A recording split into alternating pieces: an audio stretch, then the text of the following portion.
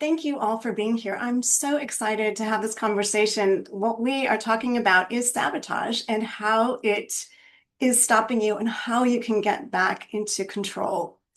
So a little bit about me. I am a mindset and lifestyle coach, and I work with people who are not necessarily so great at taking care of themselves. They tend to be great at taking care of others. And as a result, their patterns of not taking care of themselves get in the way of their health, their well-being, their relationships, perhaps their work life.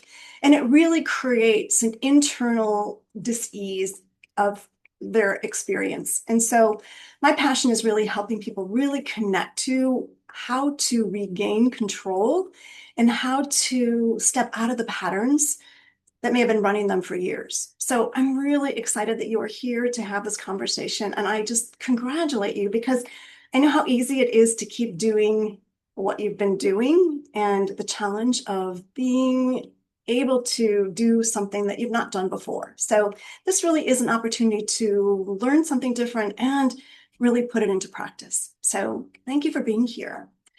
And okay, so I am having a moment of my slides. There we go.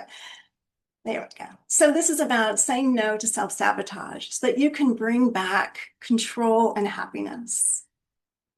So here's what we're going to do together. You're going to learn to understand the 3 aspects of sabotage. And there are more, but we're just going to do a taste since we only have an hour together to really start to understand aspects of sabotage and how they are messing with you. You're going to begin to identify a pattern or patterns that are active in your own life. You're going to learn a tool, a strategy to learn to interrupt them. And then we'll have a conversation about, so what's next? And I was saying to Jessica before, my hope for each of you is that in coming here, there are tools here, and there's information that you can put into practice in your own life so that you no longer have to feel strangled by sabotage. Research shows that we all sabotage ourselves. The question is to what degree and in what area of your life it's causing you the most pain. So I know that the key to being able to change patterns that are not working for you is being able to identify what is stopping you. When I work with my clients, I tell them that change is a 3-part process. And the first step is awareness. And this conversation, this talk today, this experience is really about deepening your awareness of what's going on, because without clarity, without awareness, you can't change it.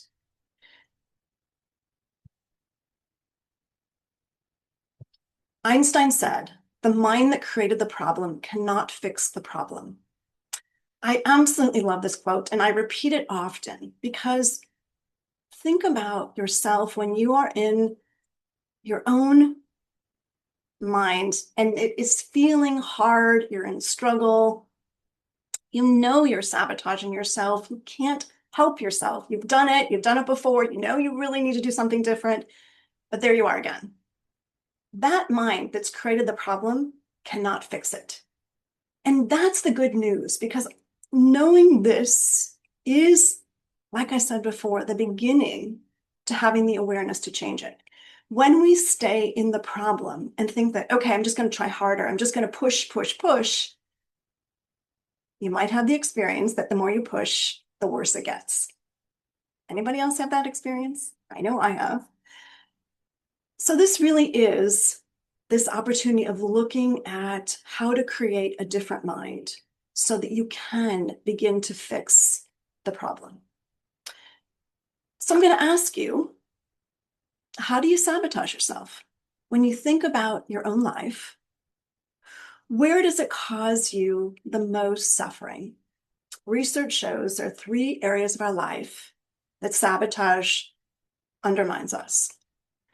It's either our relationship with ourselves, our personal well-being, our relationships with others, or our work life. If you're not currently working, it can be your home life. It can be your activities, your community. So think about your own life, and there's something that brought you here today. So you know something about sabotage and where self-sabotage shows up. So what is that in your life? So I'm going to ask you to take a moment and write it down. One way that you self-sabotage. If you don't have paper near you, just make a mental note of where that shows up for you. And I would also ask you, next to that, either in your mental writing down or in your actual physical writing down, 0 to 10, what is the level of intensity that it's showing up in your life? Obviously, if it's a 0, you're not really writing it down. So I'm guessing that it's anywhere from a 5 to a 10. And so why that matters is that, like I said in the beginning, awareness is the key to change. The more you get clarity on what's going on how you are sabotaging yourself, and to the degree that it causes your own internal suffering, the more you can begin to change it. Because so many times that self-sabotage can be like, background noise. We don't even hear it anymore. You kind of just walking around like that. You're not even aware it's there. And what awareness does is it shines a light on it. And many times when I first start talking with people or they hear about this, they're like, I don't want to go there because it's messy. But here's the thing, unless you go there, you can't change it. And whenever my clients begin to go into this and give themselves permission to really get honest, they are always rewarded with life that changes. Things open up in their personal relationships. Communication gets better. Their health, their well-being gets better. Their work life gets better. Their home life gets better. But like I said, awareness is key. So take this time to write down one way that you self-sabotage and the degree in which it's causing you pain and suffering. And I think one of the gifts of your being here today is that it's about taking the time to really understand how your own mind works. And so many times when I'm working with a client, they tell me that, it's so easy to go in autopilot. And I know for me, before I committed to really investing the time and energy into my own mind, that was true for me as well. So I know that most people do not take the time to really look at themselves because it's easy to keep doing what you've always done. But, as they say, you do what you've always done, you get what you've always got. And so I know that if you're here, you no longer want self-sabotage to run you and you want to have control. So when you really get clarity on this 0 to 10, the level at which it causes your pain and suffering, it gives you permission to identify what's really going on and why you'd actually want to do something about it. Because self-sabotage is very tricky. When it's been there a long time, like I said, you don't notice it. It's like the stone in your shoe. You get used to walking around with it. But then when you take it out, oh my gosh, you feel so much better. So here's an opportunity to start to feel so much better. So do give yourself permission to write it down. All right. So I want you to think about the sabotage that you wrote down, and I want you to think about your day-to-day life. So when you are in the course of your life and you are thinking about things, do you think to yourself, oh my gosh, what's wrong with me? Like, why am I not getting this? Why are things so hard for me? Why do I struggle with this? Why am I not taking care of these things I know I need to do? Like, where does your mind go? Because each of our minds works a little bit differently. So, like I said, we're going to talk about 3 different ways out of the many that self-sabotage shows up. But these 3 key areas will really help you get a window into yourself.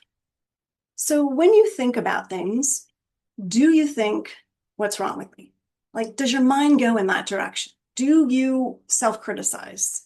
Is that a way that you find yourself in relationship with others or in groups? Do you think, oh my gosh, they're smarter than me. They know more than I do. I wish I was like them. Do you have that in your mind? And I also want to say that this really is an opportunity to just be like an explorer and get curious. Because so many times when we go into this conversation, it's very interesting how that voice in your mind goes, I don't want to own that. But the truth is, in owning it, you actually own your power. So when you think about yourself and your life, is your mind saying, what's wrong with me on some version? Do you think, am I doing this right? Do I know what I'm doing? Do you go into that questioning, kind of doubting mode? Do you ever think, what are people going to think of me if I do or say or look like? Or who am I to take care of myself? Or does anyone even want to hear from me? I had a client who she really struggled to make phone calls. She kind of wanted to reach out to people, but she would find herself just kind of stymied. She couldn't extend herself. She thought people didn't want to hear from her. So your mind can really trip you up and stop you and cause your suffering. And that's why this matters. We care about knowing this because it's in the way of your happiness. One of the first slides was part of this taking back control of self-sabotage is owning your happiness. When you get where you sabotage yourself and you learn to interrupt the patterns and take back your mind, you also take back your happiness. Because anytime self-sabotage is running you, it's robbing you of your happiness and your peace of mind.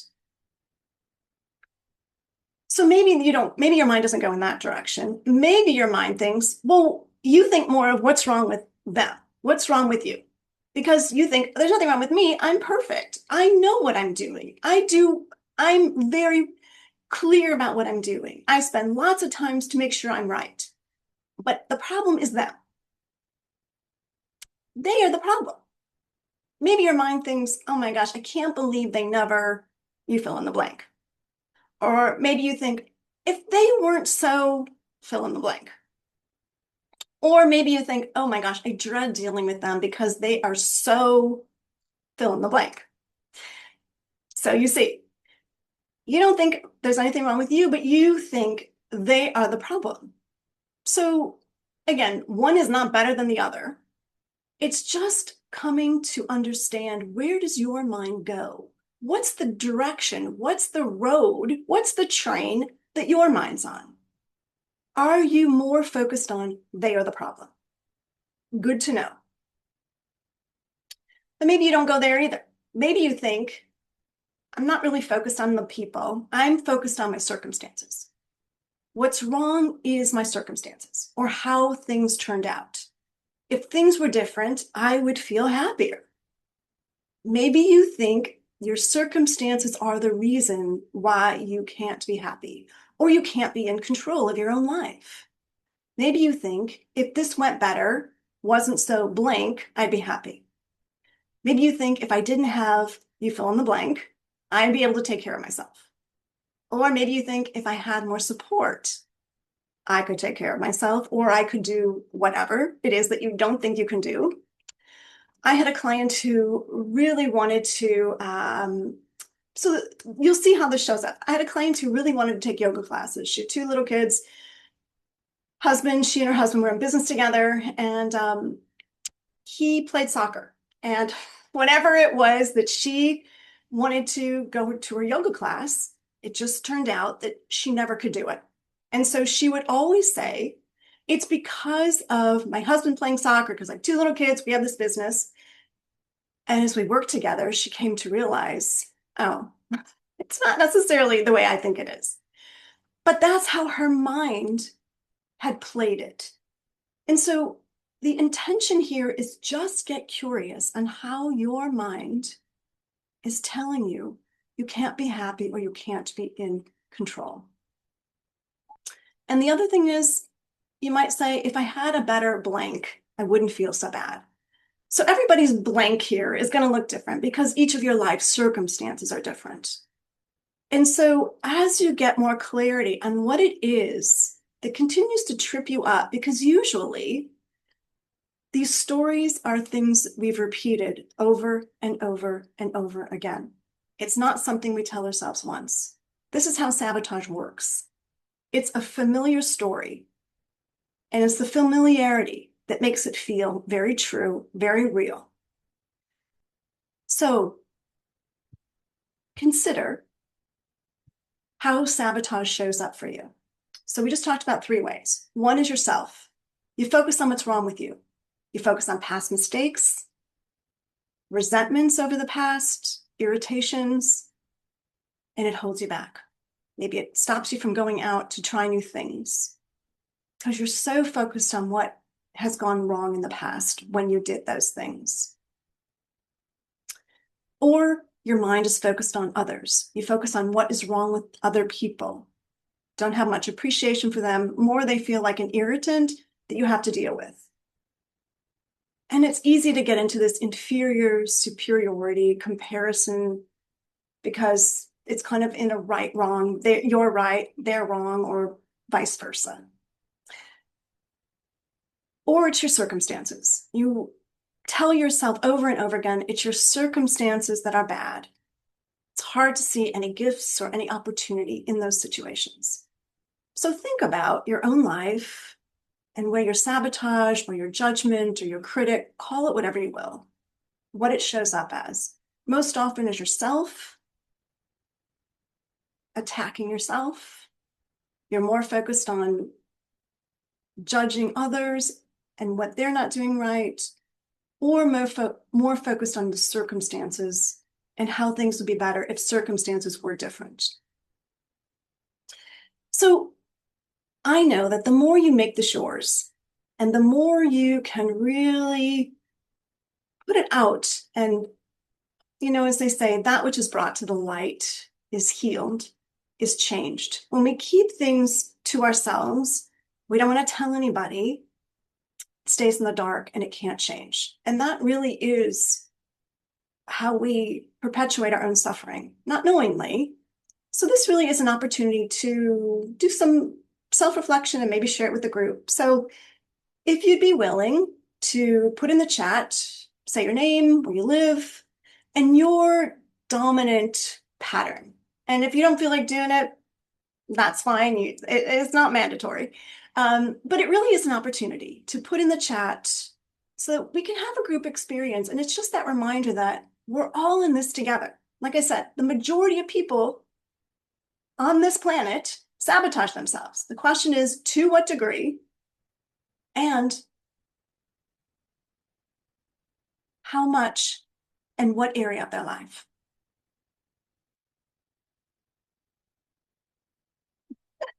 Thank you, Pat. Hi, Catherine. All right, appreciate you. So much appreciation. Hi, Patricia. Thank you all for being here. It just makes me so happy to see your comments. Yes, appreciate you. Hi, Vicky. Ah, okay. I hear you, Patty. Yes, yes. That's the thing. You know what? I appreciate you saying that. Like all 3 areas can, oh, you're from Tampa Bay. How cool is that? Comparison. Yes, I know comparison is a big thing. And I know for me, it is something that I have struggled with for years and have continued to make peace with. Yes. Okay. Yeah. So I love all of your shares. Mary, I see you. Yes, self-sabotage can so show up in wellness and food and not, yeah, using food too much. Most definitely. Procrastination. Oh my gosh, such a thing. Yes. Love that. So important. Yeah. Oh, Carmen, yes. So much doing for others and leaving yourself behind. That is such a theme for so many of my clients. I hear you. I see you. Yes. Yes. Oh, yeah. OCD can be a thing too, right? And it can play out in so many different ways. Oh, yeah. It can, yeah, I love that. You don't reward yourself, Susan, for your accomplishments. Ah, yes, yes. That sabotage can be so mean. Yeah. Ah, right. I hear you, Christine. Yes. Yes. Yes. Gail, I see you. Yes. Self-sabotage. Yes. Yes. I love this. Yes. It's so good. And I so appreciate each of you for putting out what you are experiencing and how it's getting in your own way. And there's so much power in acknowledging this because, like I said before, we can stay at home, we can go out into the world and we can look like everything is fine and put together. Yes. Yes. Patty, I see you. Yes. That that self-flagellation, that unworthiness, that inferiority can really rob you. Yes. Yes, Patty, I see you. Yes, not putting yourself first. Yes, and putting other people first. And then, oh my gosh, what happens? Yes, so good. So important. So important to acknowledge and give voice to. Thank you so much for saying all these things. It means so much. And this collective is like the way we begin to make some shifts and changes. So thank you all for putting out your voices because your voices matter. And that's the thing I tell my clients and what we work on so often is that it's so easy when sabotage is running you that, ah, oh, Carmen, thank you. That makes my heart sing. Yes, that is truth. When we face these truths, it really does, and it also really is so important to validate and also see it in the group chat because it is the collective reminder that we are not alone. And when you are home, and like I said, we can all put on a face and go out into the world. Thank you. Thank you. I appreciate you. Thank you for your kind words. Thank you. Thank you. And I tell you, you make my heart sing because this really is my passion is helping women step out of these patterns because these sabotage patterns run us and they live underground. So if we do not bring them up to the light, they will just continue to run us. So this really is giving yourself permission to step out. So thank you. Thank you, thank you, thank you. And let's keep going. So here's the thing of this judge that lives in your mind and why it doesn't change. Because here's the thing is that you can bring this stuff to the light and think, okay, Claudia told me I got it. And then maybe tomorrow or maybe the next day, and you're like, oh my God, here I am again. So I'm telling you, here's the reason why this happens is that your mind tells you it needs you. You need to have this. Okay. So like I said, it's been this thorn in your side for most of us, it's not new. I've never worked with a client who's told me it's a new pattern. Most everybody I've worked with has said it's been there for decades. The good news of that is that I don't care how long it's been there, it can change. But when something's been there for decades, it's there for a reason. So the lie of this mind is going to tell you, you need me. You can't get rid of me. You need me. And to increase your happiness, your clarity and peace of mind, you need to release this. And it doesn't want you to, because it has some ownership on you. So I invite you to consider, we put all of these beautiful things into the chat, right? We talked about, we don't put ourselves first. We feel unworthy. We feel inferior. We end relationships because we get into fear. Punish ourselves. Don't reward ourselves. OCD. Do for others. Put yourself last. You procrastinate. Overeat. Compare yourself to others. You got all these things going on.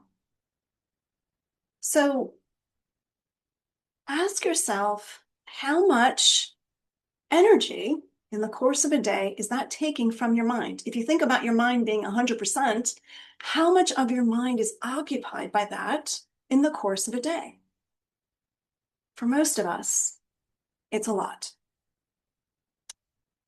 So on the other flip side of that, is there something that is a place that you can go that offers you an inner sanctuary? Because if, there's that line that says you don't go into your mind alone because it's not a good neighborhood. So if you operate from that idea, don't go into your mind alone because it's a dangerous neighborhood, then there is no inner sanctuary. It's not a place that there's any refuge.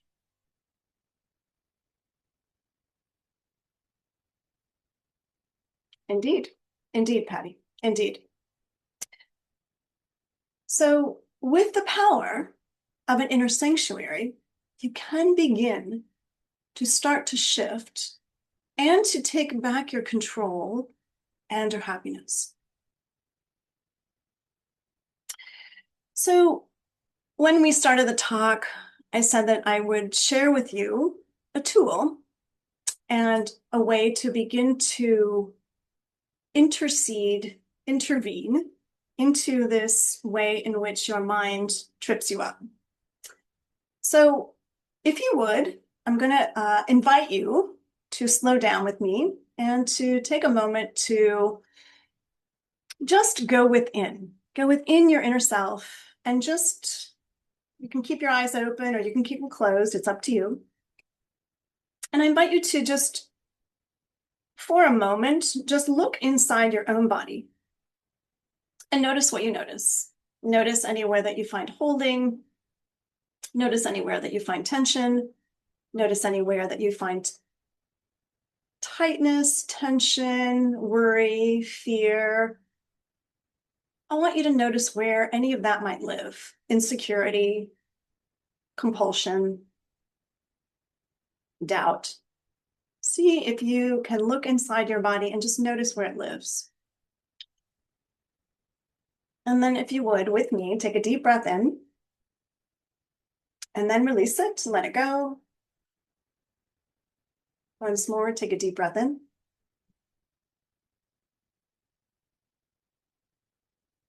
And then begin to let it go. And then, if you would, just begin to put your full attention on the bottoms of your feet. Feel your feet connected to the ground. Feel the ground underneath your feet. Feel yourself connected to your chair or your couch or your whatever you're sitting on, wherever you are. Just feel yourself connected to this. Notice the parts of your body that touch where you are seated.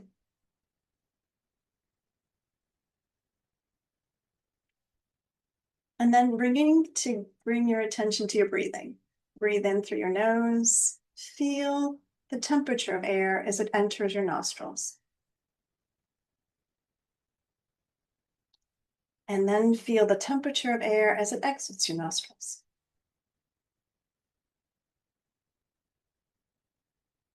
Once more, breathe in and notice the temperature of air.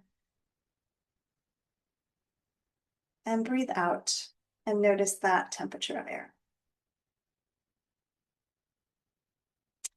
And now put your full attention onto your stomach and notice your breath coming in, filling your belly. And then notice parts of your body that change as you release the breath. Breathe in and fill your belly. Breathe out and let that go and notice what changes. And do that once more. Put your full attention on your belly as you fill it with air. And then notice what changes as you let it go. And then bring your attention to your sense of touch. Bring 2 fingertips together and rub them with such attention that you feel the ridges on your fingers. Feel what is smooth, what is rough. Just feel your 2 fingertips resting against each other and notice those sensations of touch.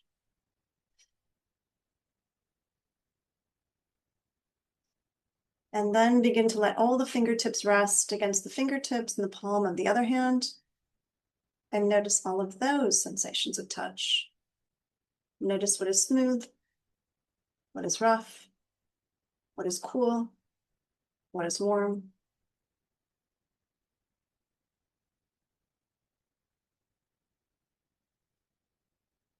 Notice how your touch changes as you touch ridges and smooth areas.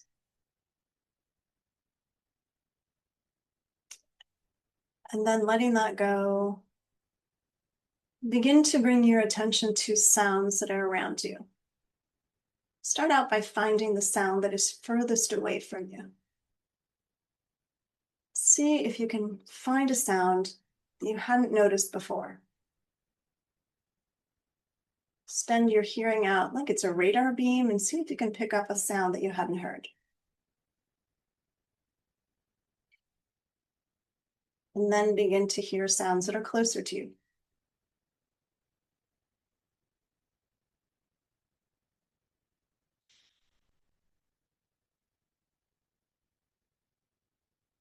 And then hear the sound that is closest to you. And if you haven't heard the sound of your own breathing, hear the sound of your own breathing.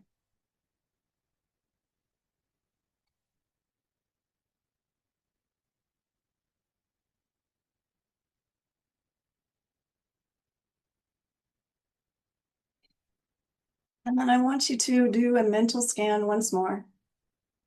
And just notice any shifts or changes within yourself. Notice what happened to your mind, your body. And then when you're ready, bring yourself back to this moment in time and slowly begin to bring your eyes open if they're closed. And then just take a moment to just put into the chat anything you've noticed as a result of doing that. A word, phrase, anything that's come to you, something you got from that.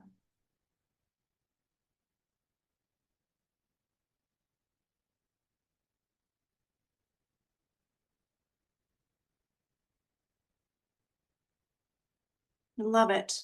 Peaceful, relaxed awareness. So relaxed, Gail. I'm so happy to hear that. Fantastic. Yeah. Calmer. Thank you. Thank you. Yeah. Yeah. Yeah. Some tension left from shoulders and neck. I love that. Thank you. More aware of what you see. Oh, that's wonderful. Almost took a nap. Oh, love it. Beautiful. Yeah. Yeah. So good. Yeah. Amazing. Amazing. Shoulders relaxed. Oh, that's beautiful. Amazing how much tension those shoulders carry, right? Yeah, all that thinking has to go somewhere. All that mind ready for a nap with a smile. I love that. Yeah, right. So lovely. And it didn't take very long either. But isn't that amazing? Getting in touch with your feelings. Yeah, yeah. Love it. I love that. Yeah. All of that mind sabotage gets trapped in your body and it has to go somewhere. And what happens when you take a few minutes and shift your attention? I love that. Thank you all for your responses. So good. So good. Yes, yes, yes, yes, yes. Thank you. All right. So if I missed somebody, please share again. But I love that. It's so great. So I love that, Patty. How does this help with sabotage? Wonderful. I'm going to tell you. Great question. I promise I will answer that as we keep going on. So you'll know there's a saying that says, oh, you just have to have positive thoughts, right? But here's the thing. If you stick a happy face when inside you are tense and agitated and irritated and judgmental, it doesn't work because eventually it seeps through. So just thinking positive on the surface does not do enough to change these sabotage patterns. So here's the thing. What is in the way of your inner calm? What is in the way of your happiness and being in control? Your judge. Your judgment, your sabotage blocks your peace and your happiness.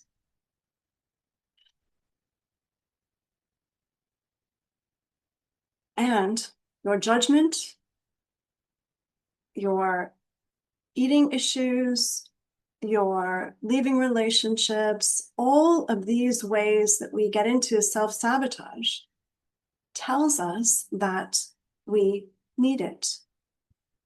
Too many things I have to do. Scheduling. Yes, scheduling. Right. All of that gets in the way of your happiness. And I know those are wrapped up in sabotage. So here's the thing about sabotage and judgment is that when you begin to understand the sabotage, the judgment is like a hand on a hot stove. You only need it to give you information. 10 seconds, take your hand off. But what happens is when, say, the thought goes to, I'm just not worthy. They're better than me. I don't know why, but they always keep me from doing what I want to do. Or if they weren't so demanding, I would take care of myself. If I didn't have such a busy schedule, your mind repeats that over and over and over and over again. That's not hand on a hot stove. Hand on a hot stove says, okay, this is what my mind is thinking. What do I need to know about that? And how can I do something different? The mind that's in self-sabotage keeps it going. And an answer to your question, Patty, is that the mind is busy. It's so busy, you cannot find a solution. Like Einstein said, the mind that created a problem cannot fix the problem. When the mind is caught up in these sabotage patterns, I don't have time, I'm too busy, this is my life, it's stressful, it's hard. If anybody had my life, they would think the same way. When we tell ourselves that story, we're not allowing ourselves to see, find anything else but that. And that's where the opportunity for finding and learning how to control your mind. But it's not just think positive, it's truly being able to intercede these patterns so you can create something different. And it's not easy, right? We live in a world of distractions. We live in a world of upsets. You can look at your immediate community, your family life, your relationships, or you can look at the global community. And it's so easy. Social media, TV, whatever you watch, it can all seem like, oh my gosh, it's horrid. And so your mind gets worldly. It starts getting worldly and it starts taking you down a rabbit hole into hard struggle, upset. And that's what the mind keeps repeating. And again, we go back to the mind that created the problem cannot fix the problem. When your mind is in that place, it's like your head is in a vice. There is no room to find a solution.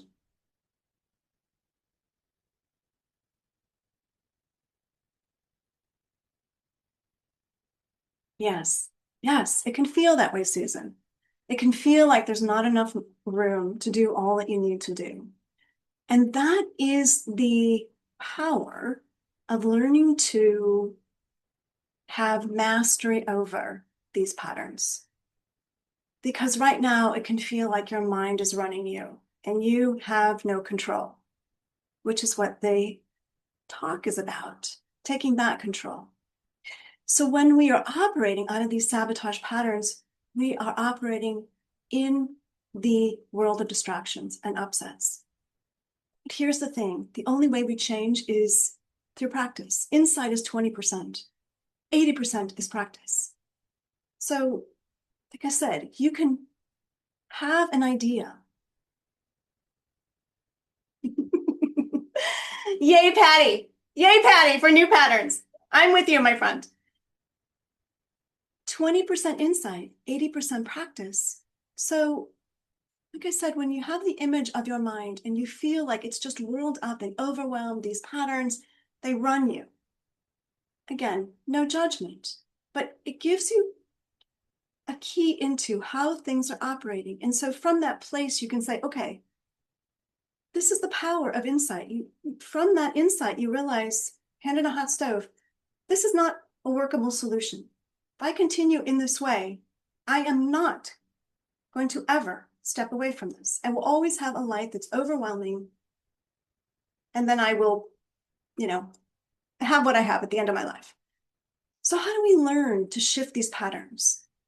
Through practice, through small, deliberate. That is the power of small changes to create change. 20% insight, 80% practice, which is why all the things that you've done with me today is the beginning to shifting long-held patterns. And it's really inviting yourself to look at how long these patterns have been in place. And we get these ideas, from that we can't take care of ourselves. Could be from family, could be from religion, could be from your community, could be some story you heard a long time ago. And it just becomes like it's part of the fabric of your being. Can't take care of yourself. And anytime you try to, you're going to get pushback from the world around you. And you're like, see, I can't take care of myself. That's how this works. That is how this works. Because you're being given the opportunity to practice change.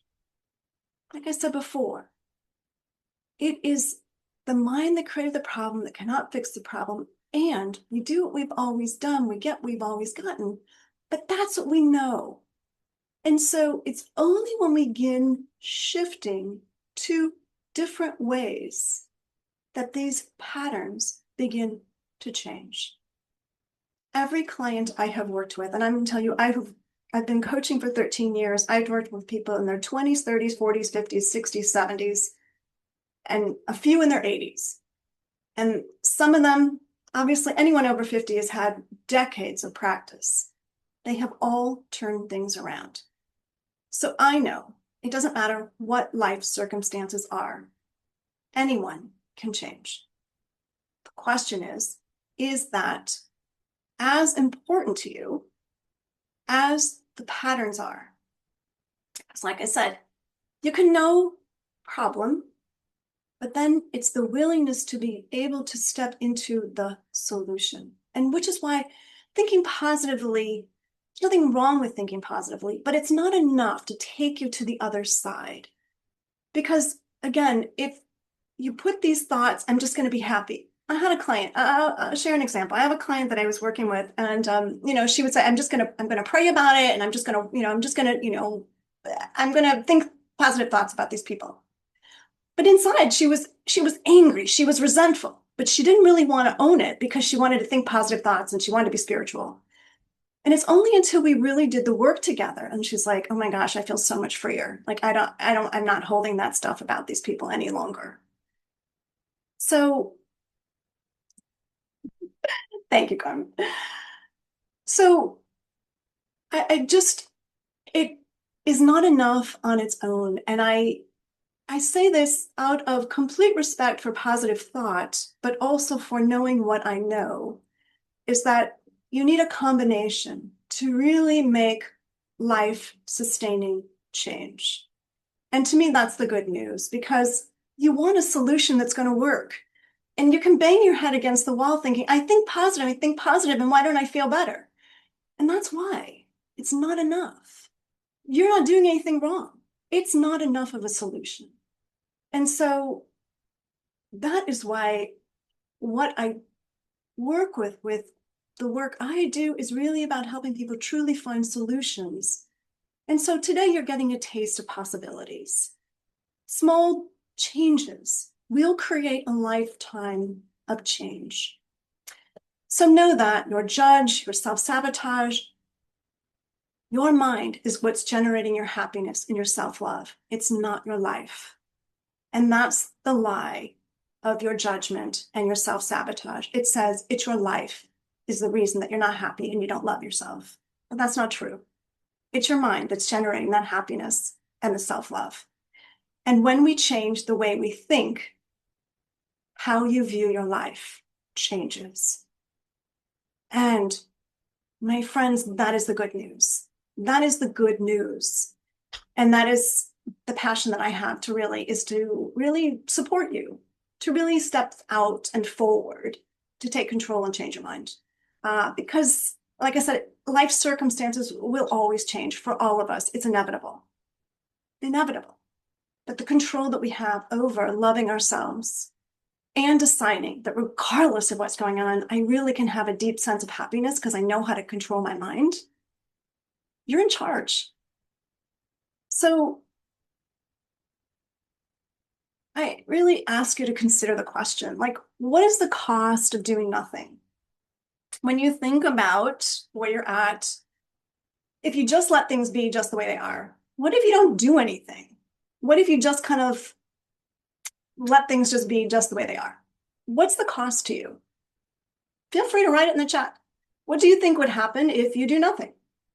If you just let things go the way they go? You just kind of let your mind, be a bad neighborhood, or you kind of let your mind be wandering around. What is the cost to you? You stay unhappy. Yeah. Stay unhappy. Yeah. Yeah. That is a cost. And that's a big cost because when we're not happy, it's day-to-day life. It's not usually mean that kind of intermittent feeling. And I know that feeling before I was on this path, before I made the decision, before I feel, I've been coaching for a long time. I've been invested in really changing my mind for a very long time. And the work I do with my clients really is about helping them restore their own happiness. Because when you wake up every day and it feels hard and it feels like drudgery and it feels like, as one of my new clients said the other day, she's like, I feel like I'm living somebody else's life. Like, this isn't what I wanted for myself. When you have that feeling, you're not being your best self. You're not showing up in relationships the way you wish you could. You're not showing up for yourself in the way you wish you could. Your health is showing it. So whatever the cost is to you, really consider that, because there is a cost. There is an absolute cost when you do nothing. Yeah, you don't get to be your best self. And I know that you came here to be your best self. We all came here to do good things. We came here to be of value, to be of service, to make a difference in our own lives. And I know this to be true for myself and my clients. I have a client who, she's in her late 50s, married, children, and she said to me, when I hired you, it was really hard because I I just didn't know if I could change. I've been this way for so long. And from our work, she said, Claudia, I can't believe it. My marriage is so much better. Like, I thought we should get divorced before. She's like, we are communicating so much better. We are so much happier together because I'm so happy. I can see how my children are benefiting. I'm better at work. And all she did was work on herself. She did not do marriage counseling. She didn't work on her business. She didn't do anything different except work on her own mind. She took back control over her mind. She let go of her feeling insecure. Yeah, in charge to change routines. She really took back control of how her mind thought, because she was somebody who would take herself down a rabbit hole. She compared herself with colleagues she thought she wasn't as good as. She would judge her husband. She didn't like how he did things. I mean, she had it going on. And what she came to was such love and appreciation. And our last session together, she was saying, she's like, I'm so excited about who I am and what I'm doing. I love how I am. I love who I've become. That's the power of when you start to manage this mind, how things start to change. So that's the cost of doing nothing, is you don't get to be your best self. You don't get to change routines. You stay unhappy. And the good news is you get to choose because you're in charge. So I offer you some next steps. I invite you to have a conversation with me. Coaching is what I do. I love it. So for those of you who are here and are thinking, God, I could really use a conversation, I have some time open tomorrow and Thursday. So I said, call me or text me and we'll set something up. We'll do a virtual conversation and let me walk you through some steps of how to take what we've done and take it further and into a plan for your life. Because I know that you can, as we said, 20% insight, it's 80% that's going to be the thing that changes your life. So I extend myself because I know the power of what's possible. I know what it's like to be stuck. I know what it's like to not be able to make changes. So this conversation, there is no charge. Thank you for asking that, Patty. There's no charge for this conversation. I'm not charging for it. It is my gift to you for being here today. So because you came, I want to invite you to have a conversation. So from there, we will talk about what your next steps are. It may be to work with me. It may not be. It may be to just let me show you what to do and you go do it. So I would say, text me, call me if this is speaking to you and you're thinking, I'm getting a lot from today, but I want to know what to do with it next. I would say, give me a call or text me.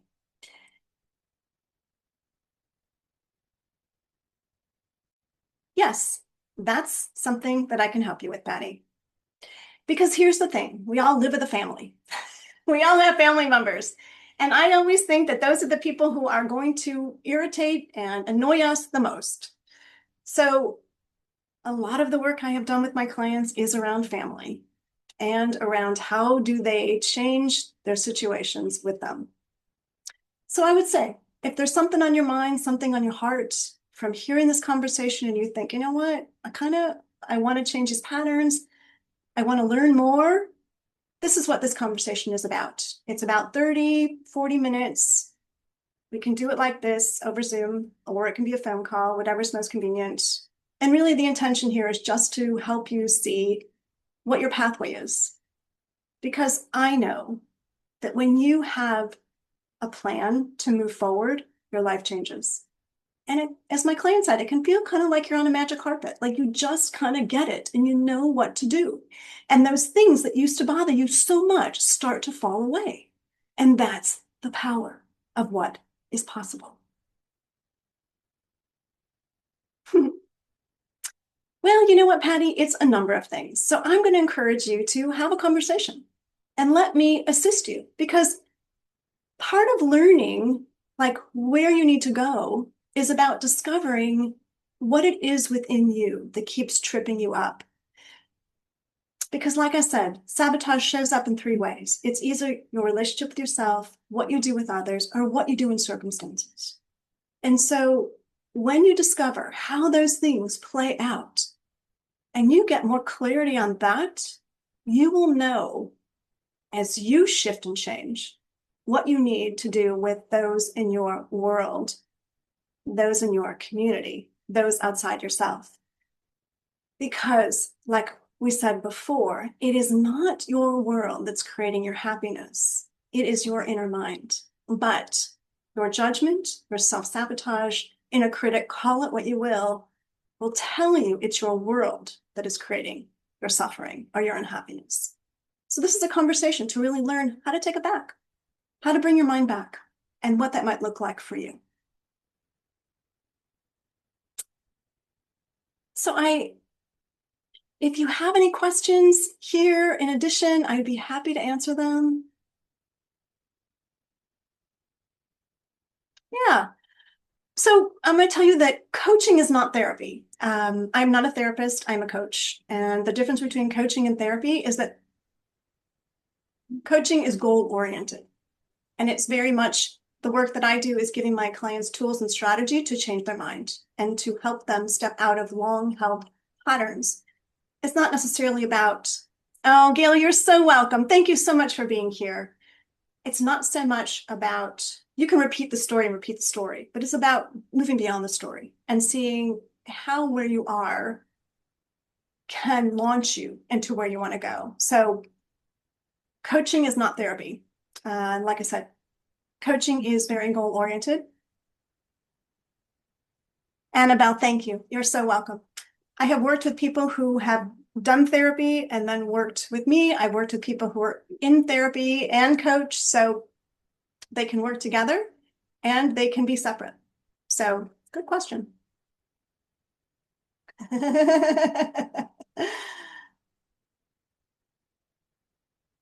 Oh, you're welcome, Susan. Thank you. Thank you. Thank you. Thank you, Mary Jane. Thank you so much. Well, I say thank you, all of you. And like I said, if you have more questions, I say reach out. Here's my phone number. Text me, call me. I would love to extend this conversation to you and to really jump into what might be next for you. So I thank you all for being here. And as they say, if you do not rule your own mind, it will rule you. So thank you. Thank you so much. You are so absolutely welcome. You are absolutely welcome.